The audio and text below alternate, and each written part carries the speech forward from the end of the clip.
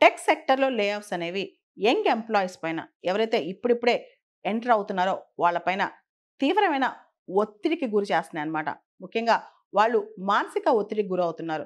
రీసెంట్‌గా చూసుకుంటే టీసీఎస్ వాళ్ళు 2% వర్క్ ఫోర్స్ దాదాపు 12,000 మందిని లే ఆఫ్ చేయనున్నట్లు ప్రకటించారు. ఇలానే టెక్ సెక్టర్‌లో చాలా కంపెనీస్‌లో లే ఆఫ్‌లు ప్రకటిస్తున్నారు. దాంతో యంగ్ ఎంప్లాయీస్ పైన మానసికంగా విపరీతమైన ప్రెషర్ పడుతుందన్నమాట. అవన్నీ కూడా early days in there career. ఎవరికైనా కెరీర్‌లో ఎర్లీ డేస్‌లో ఉన్నప్పుడు చాలా చాలా యాక్టివ్‌గా పనిచేయాలని, చాలా పైకెళ్ళాలని, లాడర్‌లో ముందుకెళ్ళాలని అనిపిస్తదనమాట. కానీ సడెన్‌గా లే ఆఫ్ ప్రకటించేసేసరికి వీళ్ళకి ఎటూ తోచట్లేదు. పోనీ వాళ్ళు కష్టపడట్లేదంటే బాగా కష్టపడుతున్నారు. ఎవరైతే టెక్ సెక్టర్‌లో జాయిన్ అయ్యారో, వెంటనే జాయిన్ అయిన వెంటనే విపరీతమైన వర్క్ ప్రెషర్ ఉంటదనమాట.